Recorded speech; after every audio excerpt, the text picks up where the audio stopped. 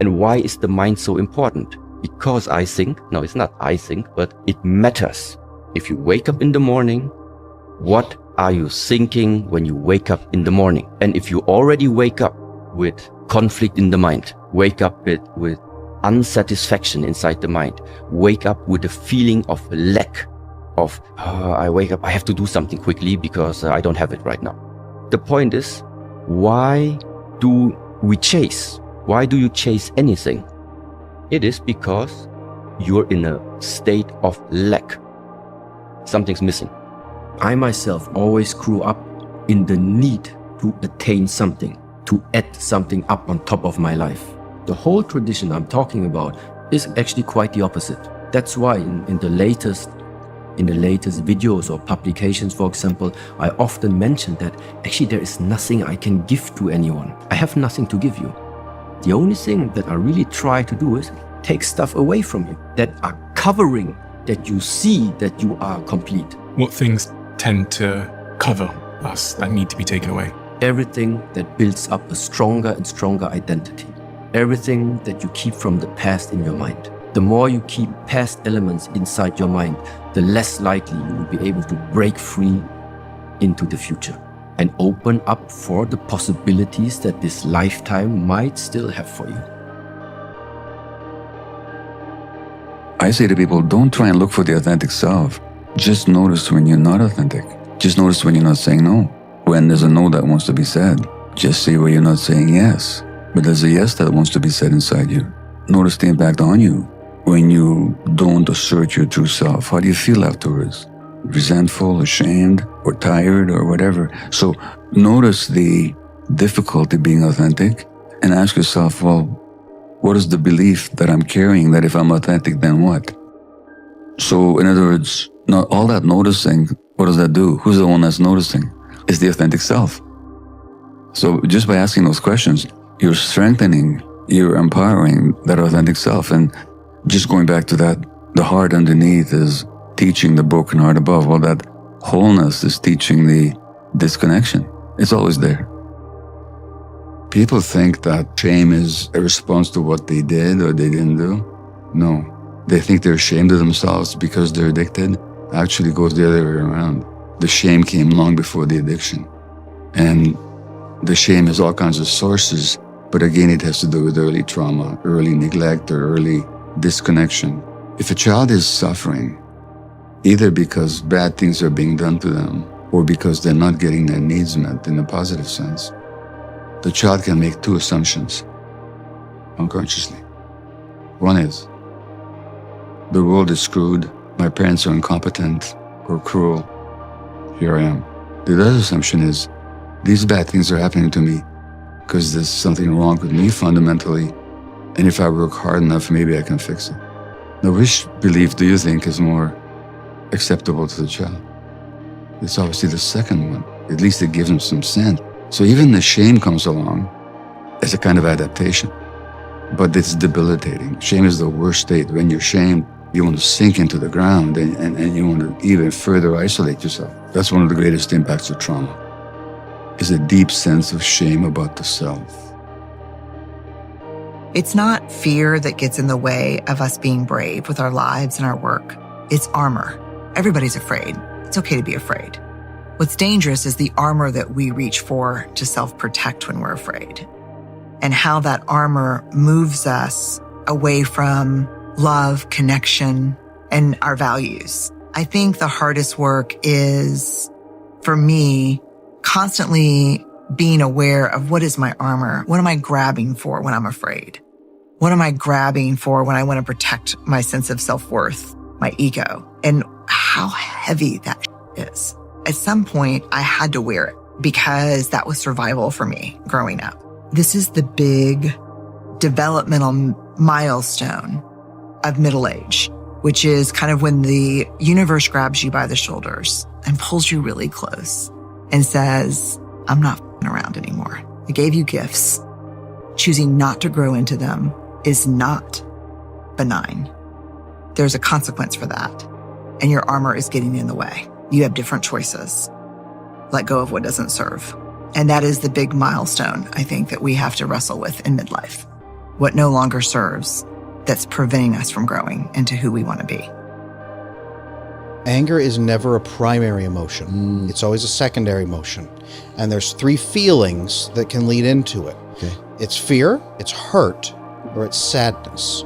And when you have one of those 3, but then you believe no one's going to take them seriously, then we move into anger to make someone take it seriously. That's where the anger comes in. So I do the same thing with my son. Hey, why am I angry at my son? Well, he's 7. Okay, but what did I feel first? This feeling. Well, then why am I angry? Well, it's because he didn't take my feeling seriously. Does he even know that He's I have 7, that feeling? right? He's 7. Does he even know I'm having that feeling? This thing is upsetting me, and it's not your problem, but let me explain my feeling to you. Why don't we kind of work through this together? Do you ever feel this way? Yeah, I do. Cool. Why don't we try to take care of this? Hey, let's handle this. So he can see what I'm having as a feeling and how a man should navigate it. And then when he has that feeling, I can say, hey, remember when I had that feeling? Yeah, let's do that with you. And I guide him through having those feelings. The anger's gone at that point. Now it's 2 men working on the problem. When we're not feeling good, we are emotionally involved with a destructive concept that we put in here ourselves. It can't make you sick. He can't make you angry. She can't upset you. You got to do it to yourself. Let's consciously and deliberately build a positive idea, get emotionally involved with the positive idea, and simultaneously we move into a positive vibration. Everything changes. The key to freeing yourself from negative emotion is to absolutely refuse to carry any negativity forward. Forgive people that you've been in relationships with. Forgive previous employers. Forgive friends who've hurt you. Forgive investments that went wrong. Forgive bosses that fired you. Forgive everybody. Develop an attitude toward life that you refuse to hold a grudge against anybody, and let it go. The moment you can take the hardest thing in your life and take more from it than it took from you, your life will change forever. And I thought, that's what I'm going to do. What does that actually mean? To take more from it than it takes from you? If you're in that spot where maybe you're in the backside of it, where it's taking stuff from you, now you're sitting there holding the bag. Like for instance, I was abused. That's something that can take from you.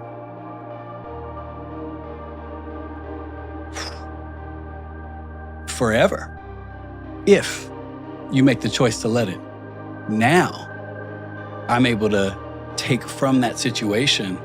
You can rewire your brain pathways. You can sit down with anybody and say, I can relate to what it feels like to be betrayed on that level. You can do a whole curriculum on how to recover. You can be a support to people who have been through that otherwise, it's one thing to talk to somebody who's encouraging you that hadn't walked through it. It's a whole nother ballgame when you're sitting across from somebody that has understood what that feels like. So here's what I would say to you. If you haven't seen some of the fruit yet, keep watering and keep planting seeds. And you will look up at one point and you're going to see a garden of things that you didn't even dream was possible. A lot of people get tired when they're planting. So I'm not seeing it. I'm still broken and I'm still hurt and I'm still going backwards. I'm not sure that's even true. You're healing. You're better than you were yesterday. You're still here. You're listening to this. You're still trying. Those are seeds. And you plant enough seeds eventually, you cannot stop the rain from falling. Only question is, what have you put in the ground? Whatever you want from someone else, give it to yourself first. If you want compliments from someone else, give them to yourself first. If you want validation from someone else, give it to yourself first. Because no matter how many of them they give you, if you never gave it to yourself in the first place, it will never be enough. So that's the second step. Whatever you want from someone else, give it to yourself first. And the third step I'd say to get to that self-awareness is simply sitting down and plotting the 3 most difficult times in your life. I think very often when you feel a beep of envy, it's because there's a fragment of your true ambition and your true self in the life of another person. And rather than going, I must run away from it, go, no, this is a clue. What is there that you are envious of? And often envy is a very inaccurate emotion. We envy the whole of someone when actually it tends to be a part of them that we want. And so we go, I'm envious of that singer, actor, business person, etc. You want to go, hang on. It won't be the whole thing. Drill into it. What really is core here? And you might realize it's actually not their fame, their money.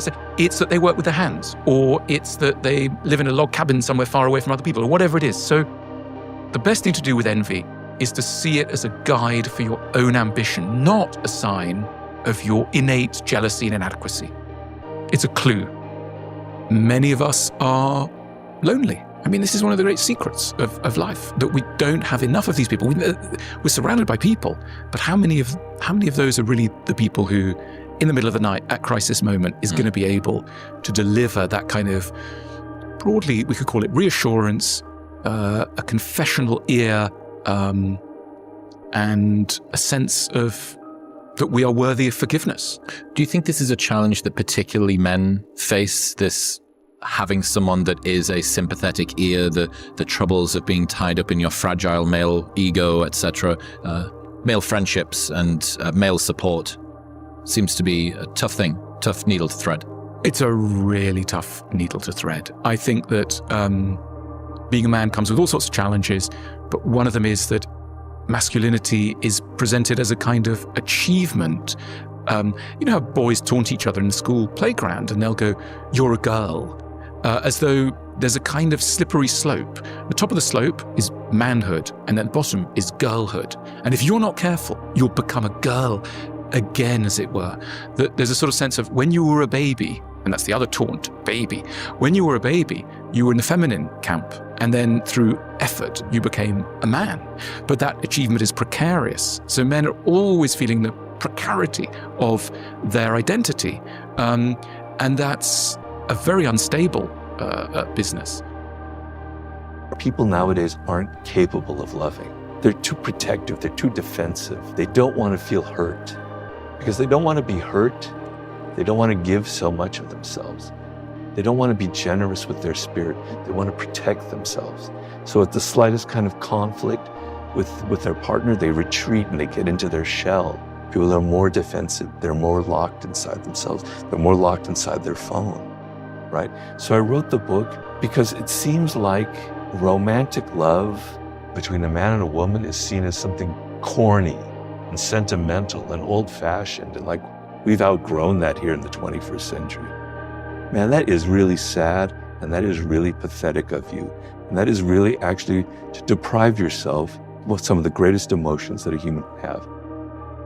What's the best love advice you've ever heard or received or given?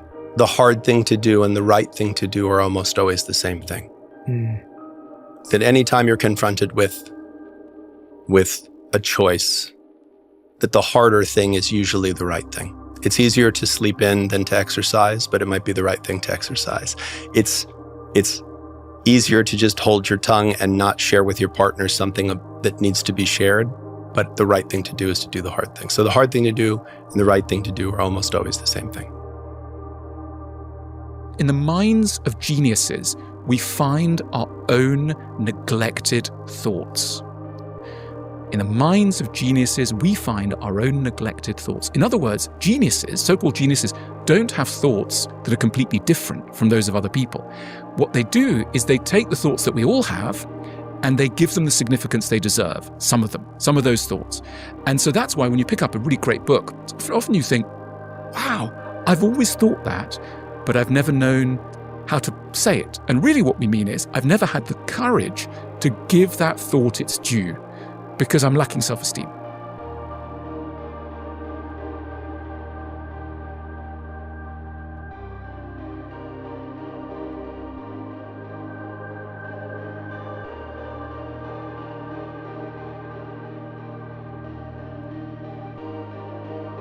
So if you want to prosper and be successful in life, first of all, reject the idea of poverty. Reject all negative self-definitions. As a man thinks in his heart, so is he. The Bible says, let the weak say, I am strong. Why? Because whatever you say you are, you will become that. Whatever you say you are, you will remain that. It follows that if you want to be successful and prosperous, let the poor say what?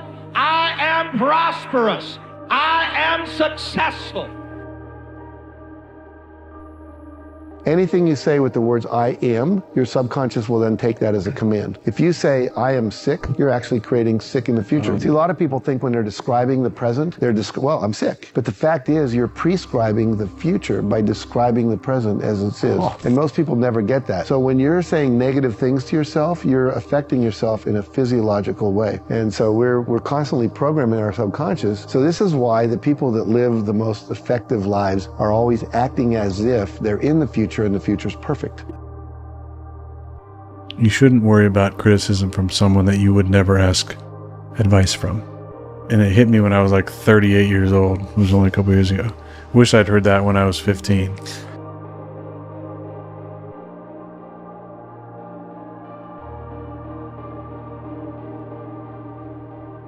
If you're talking about manifesting your dreams, it only requires two things. It requires a clear intention. An intention is a vision, a possibility. The moment you say, what would it be like to be healthy? What would it be like to be wealthy? What would it be like to have a new home? What would it be like to have a great job? And you get this idea in your mind, that's intention. Then you write down the details. Okay, I want to travel around the world. I want to have great benefits, great insurance. I want to work with really cool people. I want to have a chance to be creative. And you list all of those individual elements to fortify your dream. The more you get clear on those details, the more your brain begins to work in new ways. The moment you get inspired and you begin to feel what it would be like to live in that future, your body is getting a chemical sampling, an emotional sampling.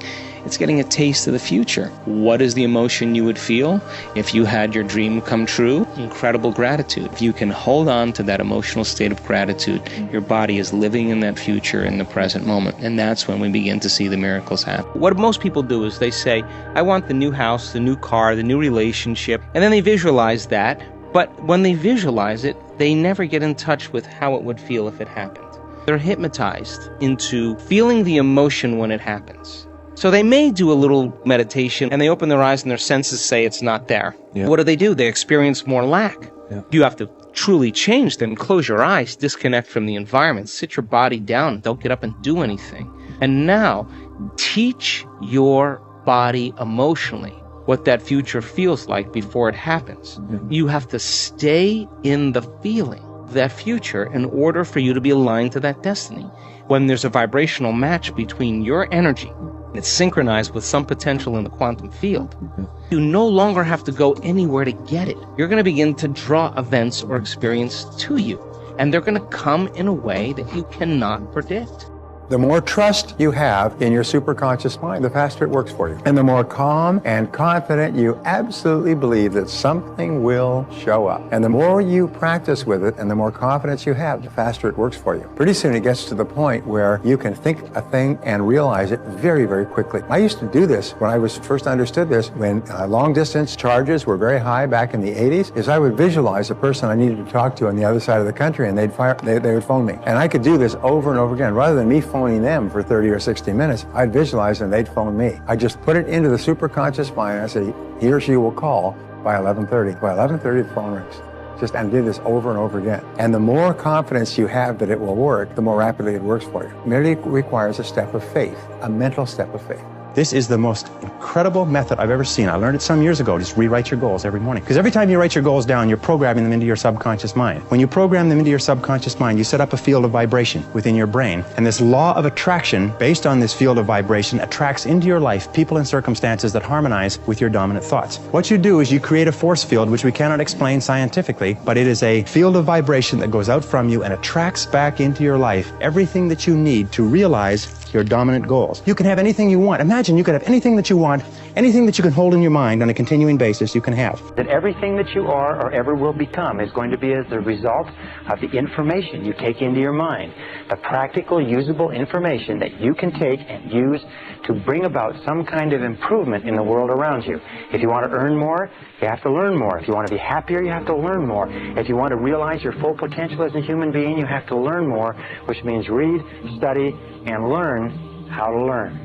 And if you'll do that, you'll be amazed at how much of your mental potential you can release. There's a power flowing into your consciousness, and as that power flows into your consciousness, you can make anything you want out of it. When you start to get emotionally involved with an idea that is far beyond your present conditioning, everything goes a little nuts. Your nervous system is affected. It's what we call the terror barrier. What's causing the terror barrier? It's the paradigm. The paradigm is trying to hold you where you are. The paradigm is a multitude of habits that are fixed in the subconscious mind. And when you go to stir them up, everything goes crazy in your nervous system. It's worry, fear, anxiety. You've heard the saying, habits die hard. Well, you put 1,000,000 of them together and see what happens. Yet it's like a wall, and you bounce off that wall, and you'll go back and live in your conformed or, state of bondage and justify why you should stay there. Don't let that happen. The message I try to deliver to people is play to win. Don't play to avoid loss, because the things you fear, the things that's going to happen to you. Set that target on something positive. Work for it. Expect it. Bobby Knight at Indiana University says the will to win is nothing without the will to prepare to win. See, everybody wants to win, but are you willing to prepare to win? How much longer are you going to avoid what you are capable of doing in order to continue with what you are comfortable doing? And I just let that sit and then let them reflect on that question, because it could be the very thing they need to realize it's them stopping them. Stop trying to feel motivated. This is one of the biggest mistakes we all make. We want to feel motivated. We want to feel excited. We want to feel enthusiastic.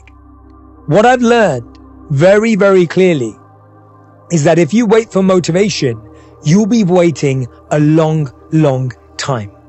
People who make moves don't wait for motivation. People who make progress don't wait for motivation. Actually, they do things when they don't feel motivated. That's the key to success. I am unstoppable. I'm unstoppable. I'm unstoppable. I don't care what it is. I'm unstoppable. Nothing will stop me. The greatest of all qualities to guarantee success is the absolute willingness to go at anything and refuse to stop until you achieve it. That willingness to be wrong. And failure, it's not failure, it's learning. So we're going to make bad decisions. We're going to make poor investments. What you want to ensure is that any of the bad investments don't cause you to undermine your overall portfolio and your strategy. Don't allow any of them to be the one real mistake. And so I think that gets into sizing of your portfolios and what that may look like as well. But everyone is going to make poor decisions. I think it was Roger Federer did a Dartmouth commencement a couple of years ago, and he was talking about how many of matches he won, which I believe he, over his career, won over 80% of his matches. But he only won around 50 to 55% of his actual points. So back then up to investing is on a day-to-day basis, it's a coin flip as to whether you win it. But what you want to win is that 80% of your matches. You want to win the big decisions, the big investments, the one that are really going to drive alpha term. That's going to be the critical success feature. What a privilege to be tired from the work you once begged the universe for. What a privilege to feel overwhelmed by growth you used to dream about. What a privilege to be challenged by a life you created on purpose. And what a privilege to outgrow things you used to settle for. Golly. To be tired for having done the thing that you once dreamt of doing is a beautiful blessing. Don't die with your music still in you. There's no accidents in this universe. We all show up here with a purpose. There's an intelligence that is a part of everything and everyone, and all of us are connected to it.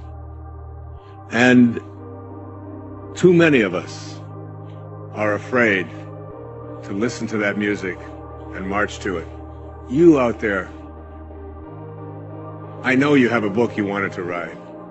I know there's a composition you wanted to compose. I know there's a song you want to sing someplace. Maybe you want to raise horses out in Montana. Or maybe you want to open up an ice cream shop on Cape Cod. Who knows what it may be. Maybe you just want to travel and see the world. Maybe you want to go into a relationship with someone, but you've been afraid to, but your heart says it's the right thing to do. All of us feel something. Don't die with your music still in you.